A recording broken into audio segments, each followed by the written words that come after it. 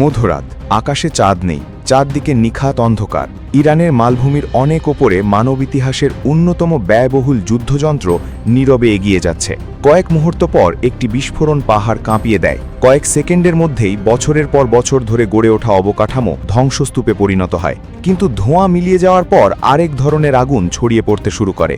সেই আগুন শুধু মধ্যপ্রাচ্যে সীমাবদ্ধ নয়, সেটি ছড়িয়ে পড়ছে লন্ডনের করদাতার পকেটে, বার্লিনের কারখানায়, সিডনির পরিবারের রান্নাঘরে এবং নিউ ইয়র্কের শেয়ার বাজারে। এটি শুধু একটি যুদ্ধের গল্প নয়, এটি এমন এক সংঘাতের গল্প যার প্রভাব পৃথিবীর প্রতিটি মানুষের জীবনে পৌঁছতে পারে।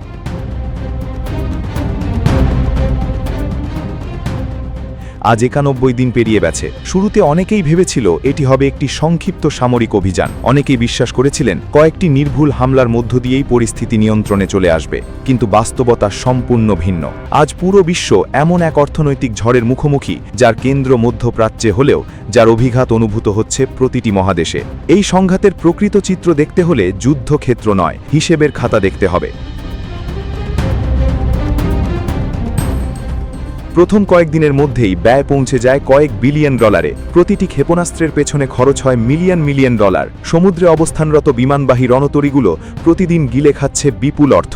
এখানে বড় আকারের স্থলবাহিনী নেই, কিন্তু রয়েছে বিশাল নৌবহর, যুদ্ধবিমান, স্যাটেলাইট, ড্রোন এবং ক্ষেপণাস্ত্র প্রতিরক্ষা ব্যবস্থা। এই আধুনিক যুদ্ধের খরচ এতটাই বেশি যে প্রতিদিনের ব্যয় অনেক দেশের বার্ষিক বাজেটকেও ছাড়িয়ে যেতে পারে। প্রতিরক্ষা কর্মকর্তারা বলছেন নিরাপত্তা নিশ্চিত করতে এই ব্যয় অপরিহার্য। কিন্তু সাধারণ মানুষ প্রশ্ন করতে শুরু করেছে এই বিপুল অর্থের শেষ কোথায় এবং এই মূল্য শেষ পর্যন্ত কে পরিশোধ করবে।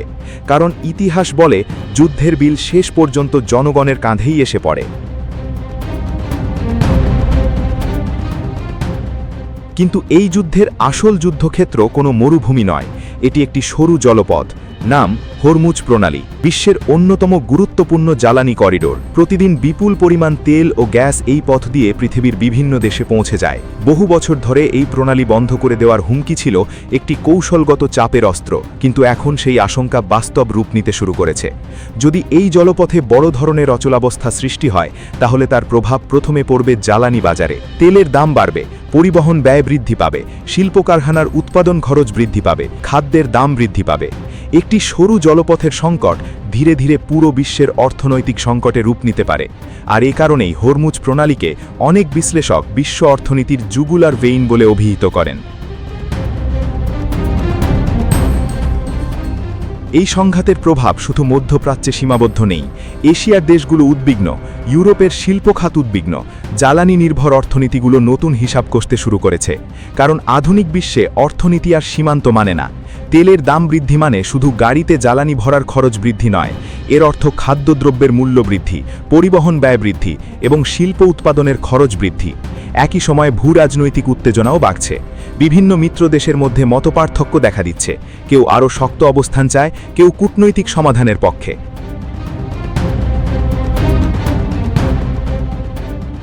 অন্যদিকে মধ্যপ্রাচ্যের অন্যান্য অঞ্চলেও উত্তেজনা বাড়ছে। ফলে এই সংঘাত এখন শুধু একটি যুদ্ধ নয়, বরং একটি বৃহত্তর ক্ষমতার লড়াইয়ে পরিণত হয়েছে, যেখানে সামরিক শক্তি, অর্থনীতি এবং কূটনীতি একে অপরের সঙ্গে জড়িয়ে গেছে। এখন সব নজর সম্ভাব্য সমঝোতার দিকে। বিভিন্ন পক্ষ আলোচনার টেবিলে বসছে, শর্ত দেওয়া হচ্ছে, পাল্টা শর্ত আসছে। কিন্তু সবচেয়ে বড় সংকট হলো বিশ্বাসের অভাব। প্রতিটি পক্ষই চায় অন্য পক্ষ আগে পদক্ষেপ নিক, আর এই অবিশ্বাসী শান্তির পথে সবচেয়ে বড় বাধা হয়ে দাঁড়িয়েছে। যদি সমঝোতা সফল হয়, তাহলে হয়তো জ্বালানি বাজার স্থিতিশীল হবে, বাণিজ্য স্বাভাবিক হবে এবং বিশ্ব অর্থনীতি কিছুটা স্বস্তি পাবে। কিন্তু যদি আলোচনা ব্যর্থ হয়, তাহলে পরিস্থিতি আরও জটিল হয়ে উঠতে পারে। এই সংঘাত ইতোমধ্যেই একটি বিষয় পরিষ্কার করে দিয়েছে, আধুনিক পৃথিবীতে শুধু অস্ত্রই শক্তি নয়, অর্থনীতি ও জ্বালানিও শক্তিশালী অস্ত্র। কয়েকটি ড্রোন, কয়েকটি মাইন কিংবা একটি গুরুত্বপূর্ণ জলপথের উপর চাপ পুরো পৃথিবীকে অস্থির করে দিতে পারে। আমাদের বলা হয় যুদ্ধ একটি দাবার খেলা, কিন্তু দাবার বোর্ডে সবচেয়ে আগে হারিয়ে যায় প্যাদারাই। আজও সেই বাস্তবতা বদলায়নি। রাজনীতিবিদরা সিদ্ধান্ত নেন, জেনারেলরা পরিকল্পনা করেন, কিন্তু মূল্য দেয় সাধারণ মানুষ। তাই প্রশ্নটি এখনও রয়ে গেছে, যদি জয়ের মূল্য হয় শত শত বিলিয়ন ডলার, যদি তার বোঝা বহন করতে হয় কোটি কোটি মানুষকে, তাহলে সত্যিকারের বিজয়ী আসলে কে?